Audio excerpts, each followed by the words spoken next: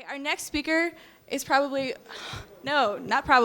is one of the coolest people I know in this movement. We're so happy to have her here at Skepticon. She blogs at Heina Dadabhoy. Everybody please give a warm welcome to Heina Dadabhoy.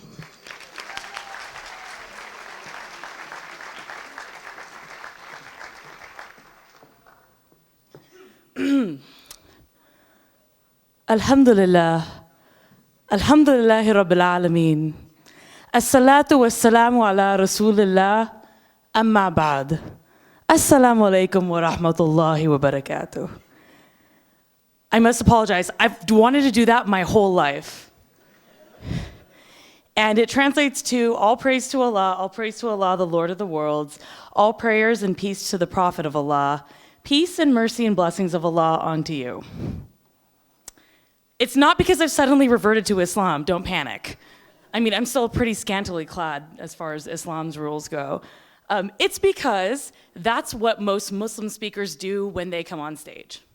They start off with this invocation of blessings and things like that. And as a child, I would watch these all-male speakers go on stage and do this, and it never occurred to me that I wouldn't be allowed to do this. I thought, I do all right with speaking. I do all right with being the whole being smart thing. This is gonna be for me.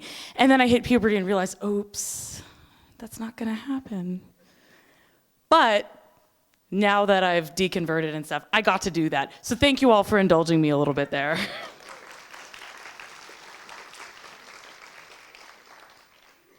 So this talk, taboos, you probably saw, simple pleasures, it's complicated taboos. What is all this about? This is not Heina's usual thing. Usually I'm up here talking about, I used to be a Muslim, blah, blah, or feminism, blah, blah.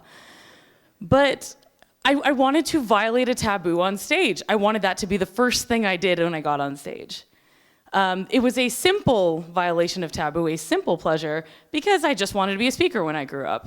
That's what I wanted to do, so I came up here and I did what I wanted to do when I grew up. But it's complicated because I broke many, many, many taboos, such as a lady speaking in front of a mixed audience of men, women, and everybody in between and outside of that binary. I also am not a Muslim anymore, so I used a bunch of Islamic greetings and sayings where I probably have no business doing so.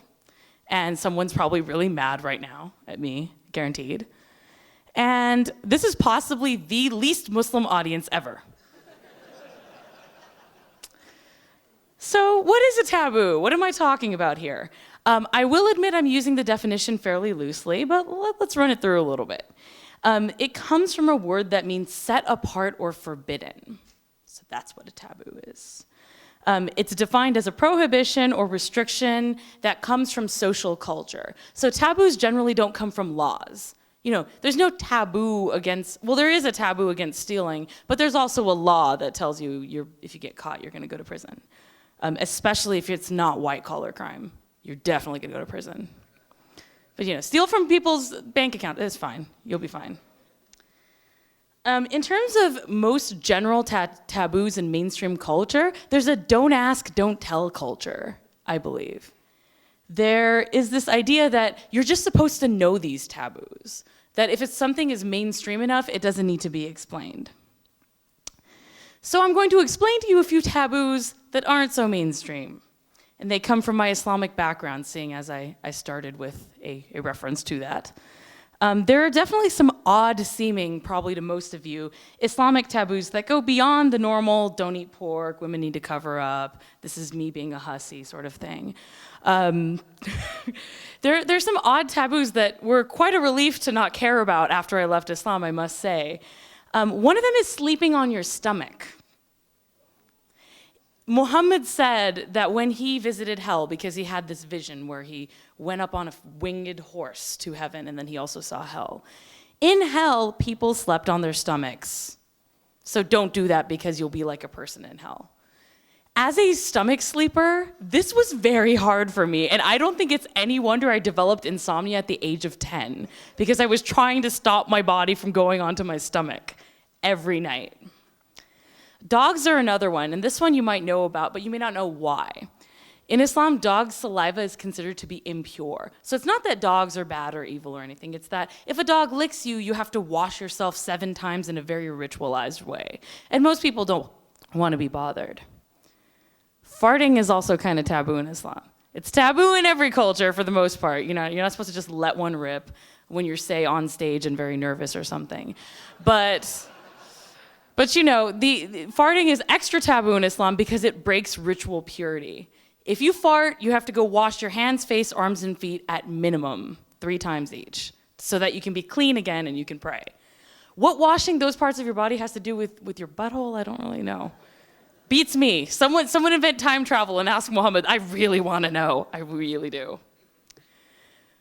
Praying at certain times of day is taboo. So in Islam, there are 5 daily prayers: Fajr, Zohar, Asr, Maghrib, Isha. They're at different times of day. They're at set times based on the position of the sun. Although these days we don't really look at the sun, we just have a chart. Or an app, really. It just goes off when it's prayer time. It's quite nice. If I were still Muslim, it would be a lot easier in those ways. But there are certain times of day where you're not even allowed to pray, even if you wanted to do an extra prayer, because those were times where certain subset of pagans in Muhammad's time used to pray to the sun. So you want to make sure God knows you're praying to him and not the sun. We want to make sure that he knows that. Not that he knows your every thought or anything, you know. This is a taboo that came by way of my mom's best friend's husband. They're Egyptian. Muslims like to say there's one Islam. There really isn't. It's all different from culture to culture. And in his culture, in his version of Islam, calling a rainbow was not allowed. You had to call it a khawsallah.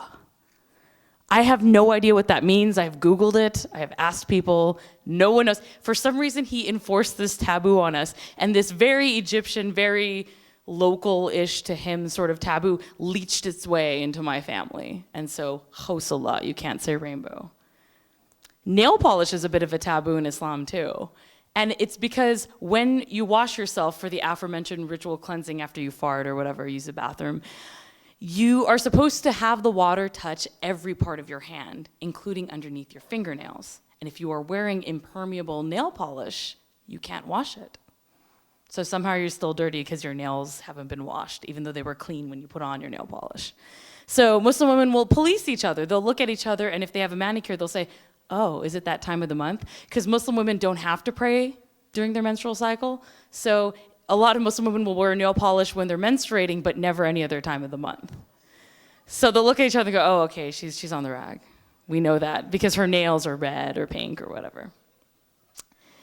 This is a taboo that my parents didn't tell me about because, you know, by the time I left Islam, I was still not married. If I had been getting married according to Islam, I feel like they would have told me this taboo. Muhammad prohibited having sex naked without being under the covers. You're not supposed to just be out and exposed naked and copulating. I'm not sure why this is. Apparently it just makes you look like, he said you look like a donkey or something. But, you know, we're all mammals here, right? You know, why not look like a donkey? So after I left Islam, as you might imagine, I was not at all interested in engaging in more taboos. Taboos are something I'm not a fan of anymore. But I did discover that there are plenty of passively enforced rather than actively enforced taboos in mainstream culture, and nobody wanted to explain them to me. I would go up to someone who I would consider more normal or mainstream and who seemed kind of smart enough to figure this out, and I'd go up to them and be like, hey, so what am I supposed to do in XYZ situation? And they'd look at me and say, you know, just act normally. That's the worst thing possible you could say to me. Me acting normally? Do you really want to see that? Some of you have seen that, and it's not normal, it's not acceptable. And I discovered that too with sort of mainstream white wasp culture. One of my good friends from when I was very young, is right before I left Islam, he got married a couple of years ago. And I asked him what I ought to wear because I had never been to a non-Indian wedding. And at Indian weddings, even if you're not the bride, you're, you know, head to toe, sparkly, glittery, ridiculous clothing. And I didn't want to outshine the poor bride, right? So I asked my friend, you know, what should I wear? And he says, you seem pretty westernized now. You should be able to figure this out. And I gave him a look saying, what does that mean? I'm westernized. Could you give me some guidance? Could you give me your wife's email, something? The same thing happens when I talk to people who convince me against every good impulse that I have in the world to go out to a club. I'm a nerd. I want to sit at a bar with a beer and yell about trivia or philosophy or something. I don't want to go to a club and look at people and have people look at me. It's too much pressure. But I've asked people, what should I wear to this club when they convince me that I ought to go? And it's always just normally, just what you would wear to a club. I just told you I don't go. Why are you not explaining this to me? But I figured out that what a lot of it is this is how things are done. And if we talk about it, if we talk about how things are done, it somehow makes it sound weirder than it is, because it is weird. Because norms and taboos are bizarre if you take them in abstract outside of their context and say, okay, why is it that we wear this and not this? Why is it that this person is supposed to do this and this person is supposed to do that? It breaks down, and I feel like the normals are afraid of that. They're afraid that if they talk about what it is that they do and explain it to somebody, they will realize how absurd it is, and then their entire worldview just falls apart. But don't tell them that, the poor things. Let them keep going.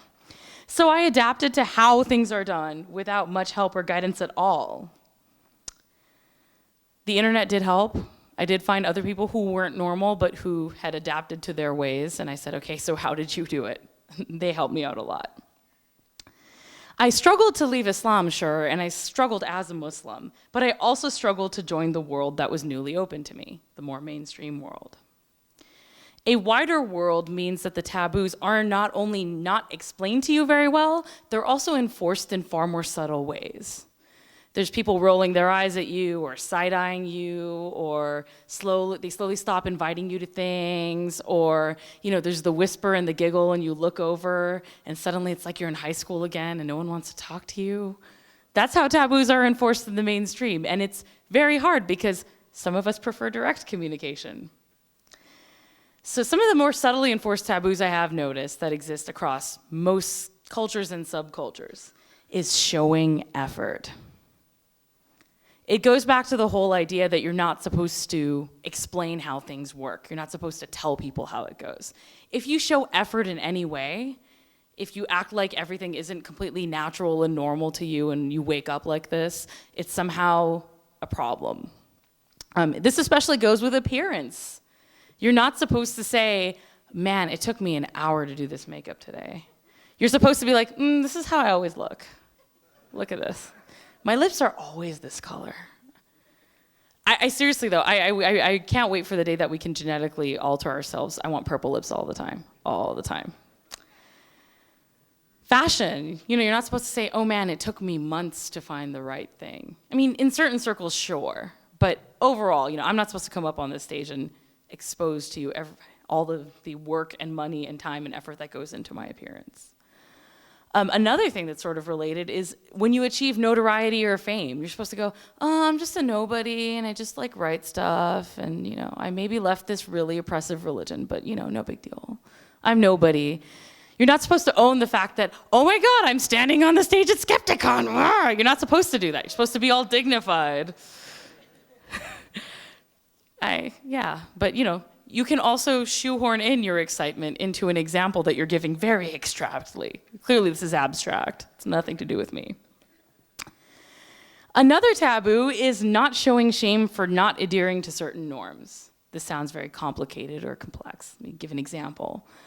Body hair on people who are women or perceived to be women. Body hair is not considered to be okay. But nobody's gonna come up to you and attack you with a razor if you leave your legs unshaved. That won't happen. Instead, you're not supposed to show your hairy limbs. You're supposed to hide them. Even Lady Sovereign, who's this grimecore rapper out of the UK, she's known for being sort of out there. Her first single that made it out into the mainstream, she talks about how she doesn't care about shaving her armpits. But then she goes on to say that she wears a big baggy t-shirt to cover up that nasty shit. So, all right, we're breaking the norm, but no one can know. Except when you have a hit rap song. Somehow, it's okay to rap about it, but don't show it. Don't show your armpits. Just tell everybody. There are subcultures within the main culture that have slightly less widespread taboos, but they are taboos that are enforced in certain ways. I have noticed in nerd culture that fanciness is taboo. If you look like you are wearing something besides a t-shirt or jeans, people are gonna give you this look like, Oh, where did you come from? Why are you here? Are you a normal? Are they influence trading? How did they know about this? Abort, pretend this isn't happening. But part of it too is, for me personally, jeans and a t-shirt cost more money and take more effort than what you see before you that I'm wearing. I'm wearing soft fabrics with stretch in them, so I don't have to perfectly get every little size for every little fluctuation in the waistline that happens. But, I look fancy, relatively speaking, to someone who paid $50 for a t-shirt at PAX or whatever. Somehow I'm fancier because with my thrift store dress.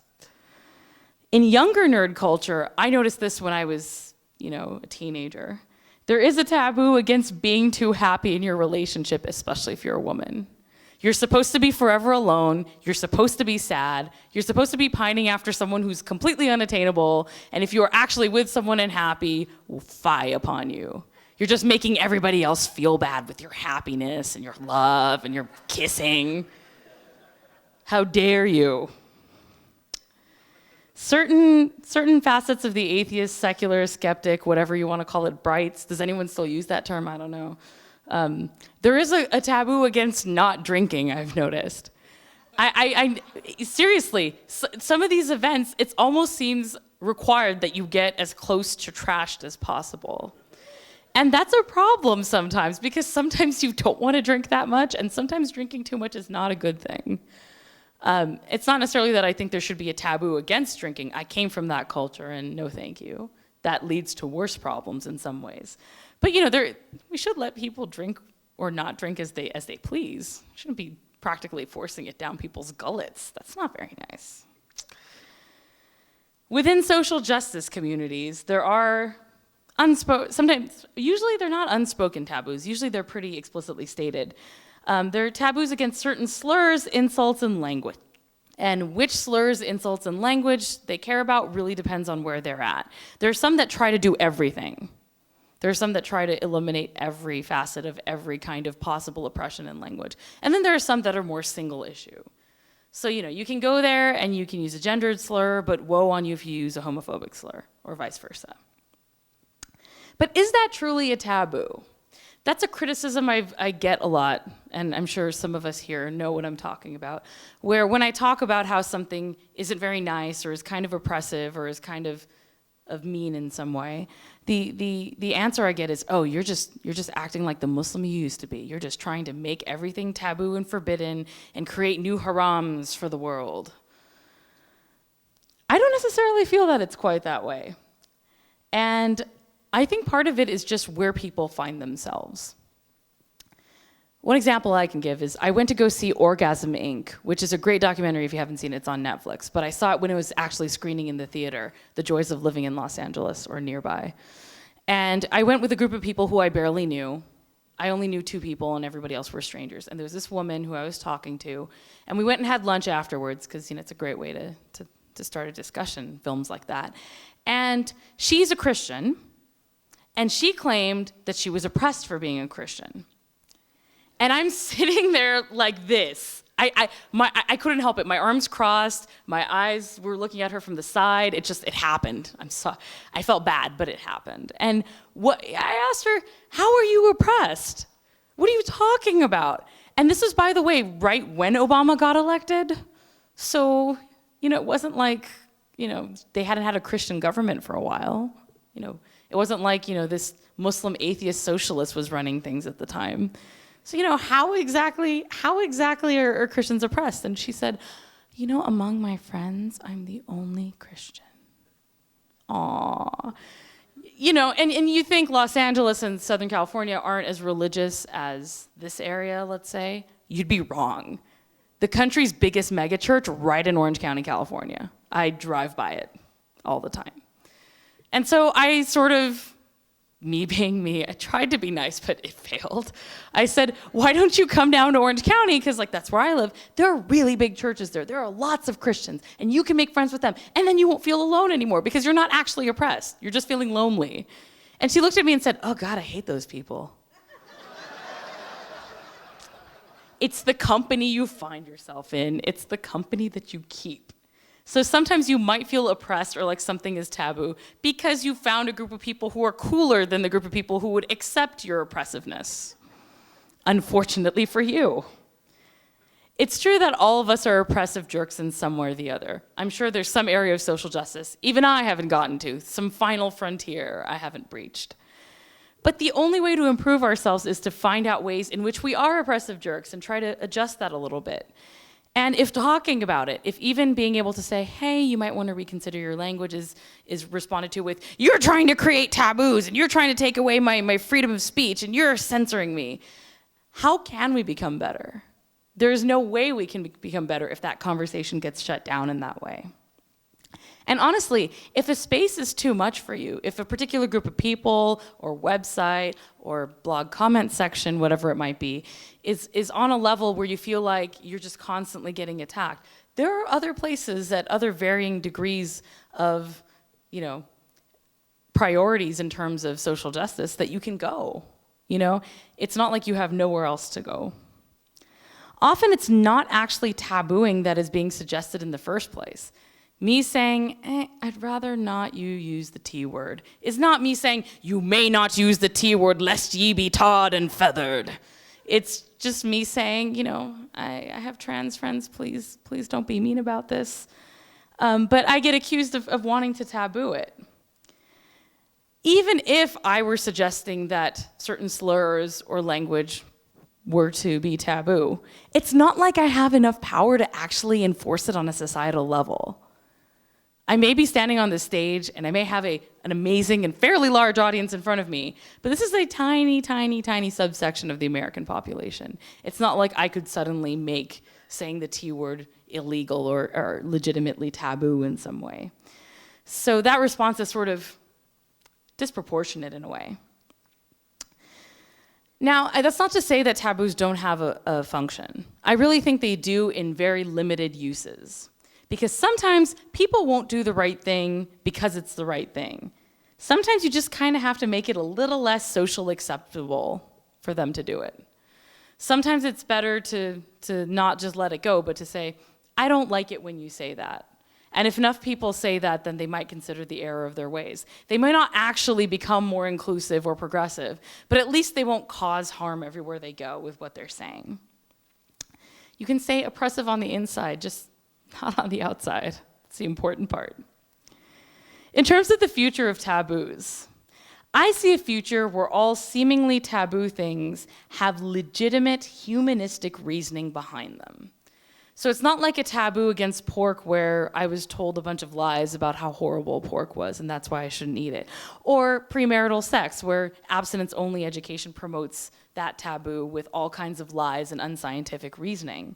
But one where we actually have good reasons, where we say people are actually hurt by this, or injustice is actually perpetuated by this. We actually have legitimate reasons behind it.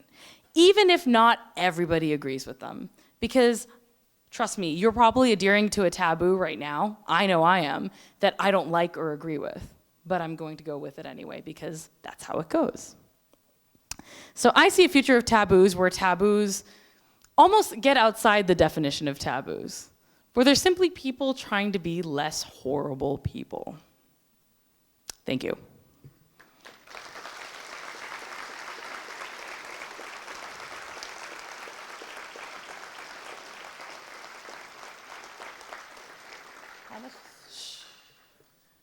We have time for Q&A? I can't hear. We got half an hour, okay. All right, well, bring it on. I will repeat the questions, yes. The question was, towards the end, I seem to be responding to Shirtgate, where Andrew Sullivan was claiming that liberals don't want people to wear their shirts or something. And would I address that?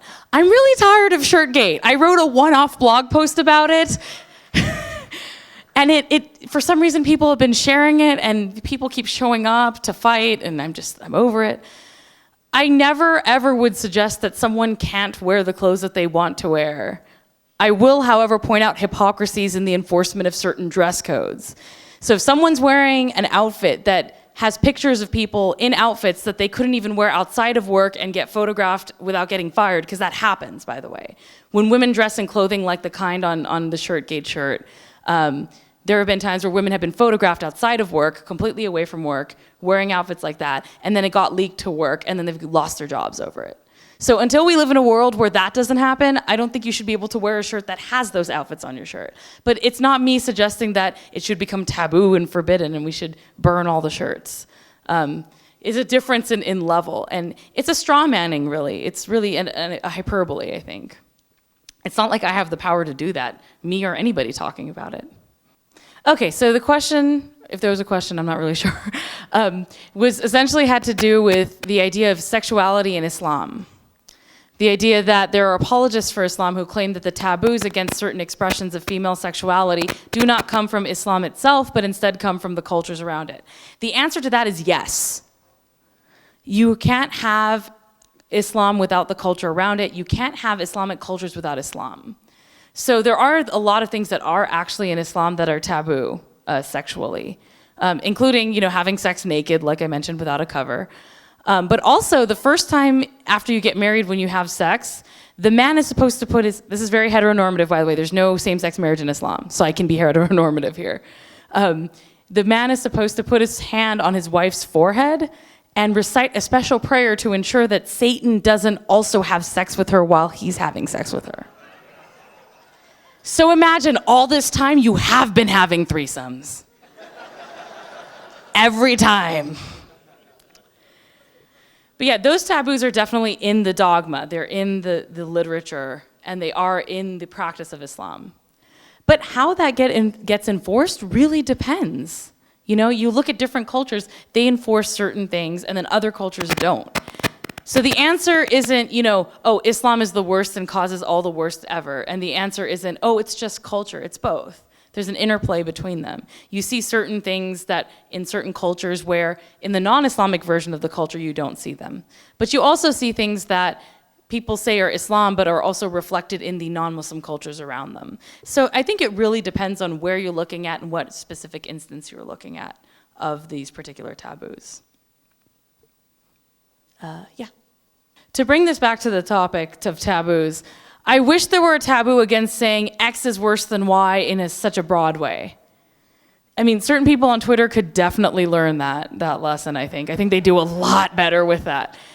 It's hard for me to say, the practice of Islam is worse than the practice of Christianity, or vice versa, because what are you talking about? Which Islam, which Christianity, where? For me personally, Christianity seems worse to me because I'm in the United States, and my reproductive rights are not being taken away by global jihad or Sharia. It's the American Taliban.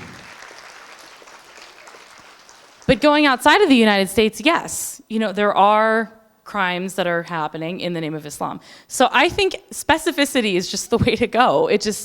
You're less prone to error if you actually go in and say what you're talking about specifically, rather than saying, this large global concept is worse than this large global concept. That's the route I tend to go. Call me a little bit wishy-washy for not making definitive statements, but I feel like I'm less likely to screw up, so I'm gonna go with that. Yes. Well, it is cultural, but it's also religious too. In the Islamic world, it's pretty universally enforced.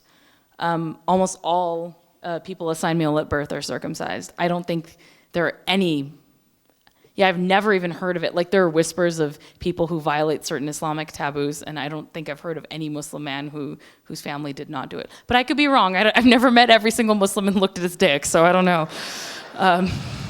I wouldn't know. But in the United States, I would say that's a taboo that you can see culturally has less clout these days. Fewer and fewer people are choosing to circumcise their children, so that's a good thing. That's a great thing. And then, not that I'm an intactivist. Those people scare me a little bit. But I'm definitely on the side of that. And it's a cultural thing, but it's also a religious thing.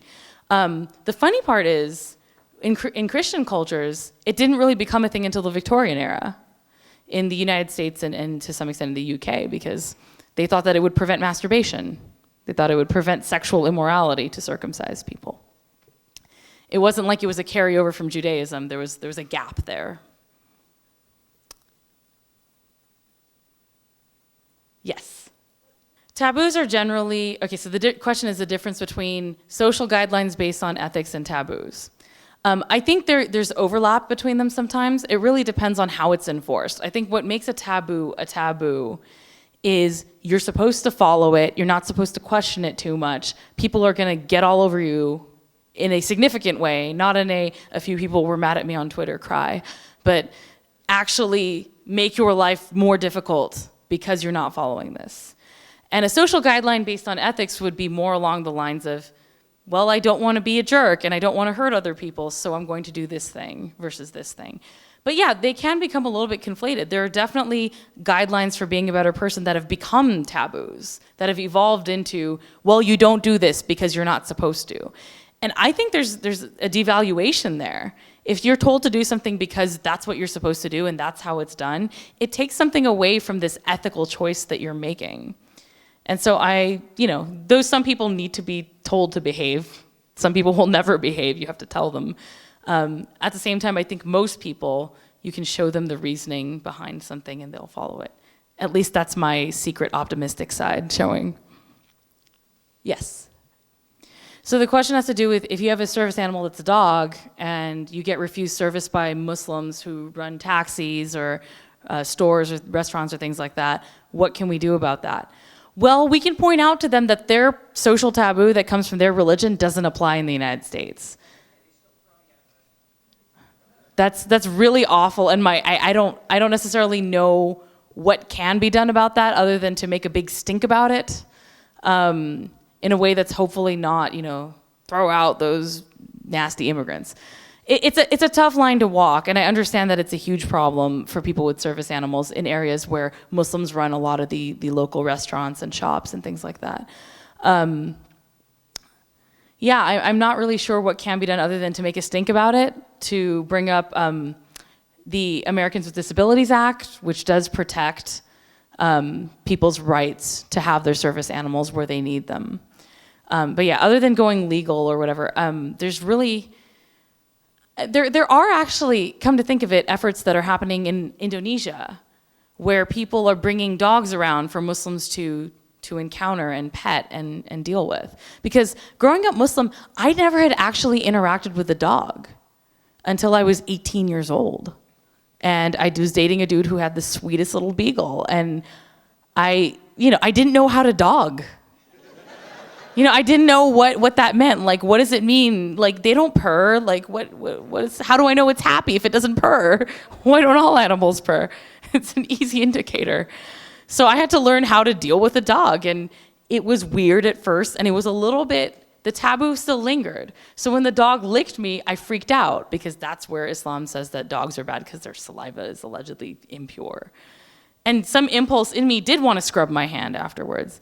But I decided to let it go and just deal with it. And I think familiarization will help overall in the Islamic context if we sort of push the idea of, okay, maybe you don't want to get licked by the dog, but just having a dog around that's not going to bother you is not a big deal. And a lot of it is fear, too. Because if you've never encountered a certain kind of animal that everybody else in the world seems super easy and familiar with, that's kind of frightening. You don't really know what to make of it.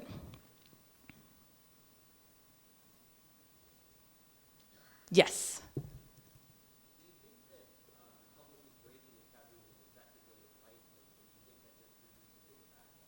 So the question is, publicly violating a taboo, is that a good way to fight it or it just creates a backlash? Again, the answer is yes. Breaking taboos in public is a great way to it can call attention to the fact that that is a taboo. I think it's more effective when it's a situation where people don't realize it's a taboo or they think it's no big deal. I definitely say that applies for body hair. People think, oh, what's the big deal? You don't shave your legs? Like, who's going to be mad at you? And then, I'll send them an incident where someone said something to me and suddenly they realize it is a taboo and it is a problem and we need to stand up. I don't think it's that big of a deal, but it's just an example I'm giving. But in terms of backlash, there's certain ways of violating certain taboos that do create a backlash. And usually when the backlash happens, there's something else at play. So say if someone wanted to protest the fact that women have to cover their heads in mosques, and it's someone who's not from the Muslim community and they come in without a headscarf and they just want to be accepted and allowed in there. At that point, you're playing with a lot of things there. It's not just, women being uncovered. At that point, it's also becoming outsiders coming in and telling the quote unquote natives what to do. So I think being thoughtful about all the factors around the violation of a taboo before you decide to use a violation of it as a protest against it can help to mitigate the backlash. But of course, there's always going to be a backlash, even as carefully as you might plan something. So I think you have to weigh those things against each other. It's not like I've never broken a taboo in public as a way to protest against something. I've kissed a girl in front of a Chick-fil-A before, haven't we all? And of course, their response was, oh, well, we serve all our customers equally. I'm like, yeah, and then take our money and use that against our rights. No, thank you. No. I'll make my own damn chicken. I think I saw more hands. Yes, Lux.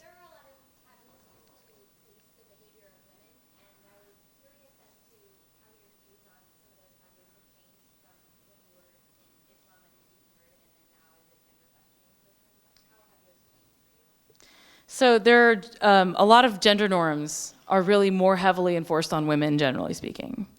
Of course, there are taboos that men have to adhere to as well, and people of all genders have to. But there are definitely a lot against women. I wonder why that is. Cough, cough. But as a Muslim, I looked at Western taboos that women had to endure and thought that those were worse. Because I live in a Western society, right? So I looked around me and saw all these women starving themselves and, removing hair in painful ways and feeling forced to look a certain way. And especially living in Southern California, the beauty norms are really heavily enforced on women. It's really, really hard to not, if you don't look and conform a certain way, people just, you pass beneath their notice. You don't even register to them in certain places. And so I looked at that and I looked at my headscarf and went, man, the headscarf's so much better. I can be as fat and as hairy as I want, and it's nobody's business but mine and my mirrors. It's just between me and God, right? And then I left Islam, and I realized that, capitulating to one set of gender norms isn't necessarily better than capitulating to another. So just because I was capitulating to a set of gender norms that I thought were better and easier in Western society didn't mean that I wasn't capitulating in the first place. So yeah, I changed my mind about a lot of things. And I would say that coming from the Muslim background and coming from that thinking has sort of given me a little bit more of an outsider's set of fresh eyes when I look at Western norms about gender. There are certain things that, I don't realize I'm enforcing or whatever. That does happen. But I definitely see things where other people think, oh, that's just how it is. And I think, well, why? We're allegedly secular people in a kind of ish secular society. Why can't we make our own norms? Why can't we get rid of the norms we don't like? And now coming into sort of questioning my gender identity and all that, that's a can of worms. That's in terms of figuring out norms, because on some level, I didn't want to come out as gender questioning because I thought, oh, am I just mad about gender norms?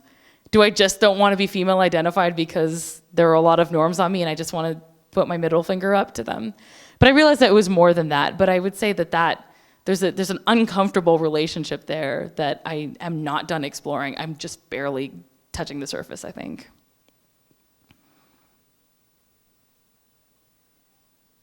Yes. So the question is, reactions like Gamergate, are they reactions essentially to taboo breaking within subcultures? I would say yeah, because if you're a woman in nerdy circles, you're supposed to just sort of be one of the guys. You're not supposed to call attention to the fact that you're a woman in any way. Just pretend you're not a girl or something. You're some agender being, I guess, in that point. And so I think, Gamergate actually saying, hey, we are women, we are here, we don't like the gendered slurs. Saying I get a gendered slur is a way of saying I have a gender, which is what you're not supposed to do. Because if you call attention to the fact that you're a girl, then you're just asking for harassment and attention. Why are you being such an attention whore? Shut up, No one cares that you're a girl, except everyone does. And I'd say it's the same thing with a similarity that I see anyway, is with the body acceptance movement, where half the world is telling me no one cares that you're fat, and the other half of the world is like, haha, you're fat. So, it feels like an impossible dilemma sometimes where, half the world is telling you this is not a big deal, and the other half is saying this is all that defines you. And I'd say it's similar with gaming.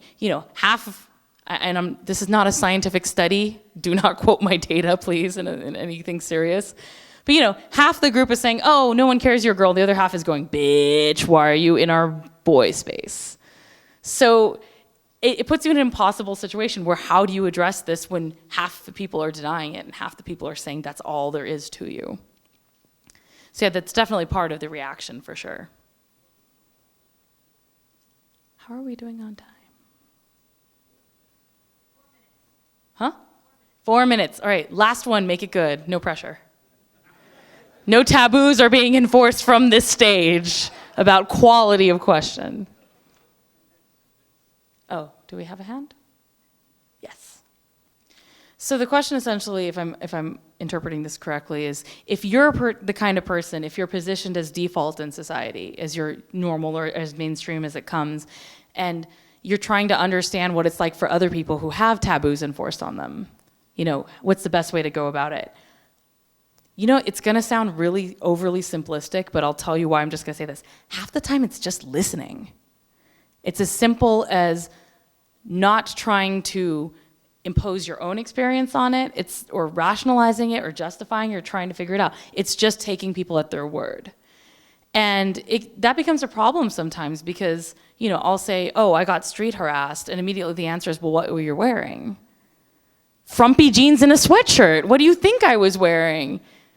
I get the most street harassment when I'm dressed completely slobbily. And it's because I seem more approachable, I think. Whereas if I'm wearing something fancy and nice and I'm walking around in a pair of heels and I look like I'm not taking anyone's crap, I get less street harassment, even though there's way more skin on display. So actually taking people's experiences seriously and not, and sometimes the impulse to try to rationalize or justify isn't coming from a bad place. You're just trying to understand. So some of the people who've asked me, what were you wearing? And I've asked them why they asked me that. They said, oh, well, I just wanted to see that, I assumed that it would be better for you, there would be less street harassment if you dressed more conservatively. And so it's based on this assumption that comes from a lack of understanding. But it gets in the way of understanding because when someone asks me, well, what were you wearing when that happened? I shut down. I immediately go, oh, you're just trying to apologize for those people's behavior and you don't actually care about me. So yeah, a lot of it is just listening, asking questions as carefully and as neutrally as possible, and learning as many experiences across a wide spectrum of society before starting to add your own 2 cents into it. So yeah, it's as simple as listening sometimes. And I think there's a taboo against running over time, so I'm going to say good day.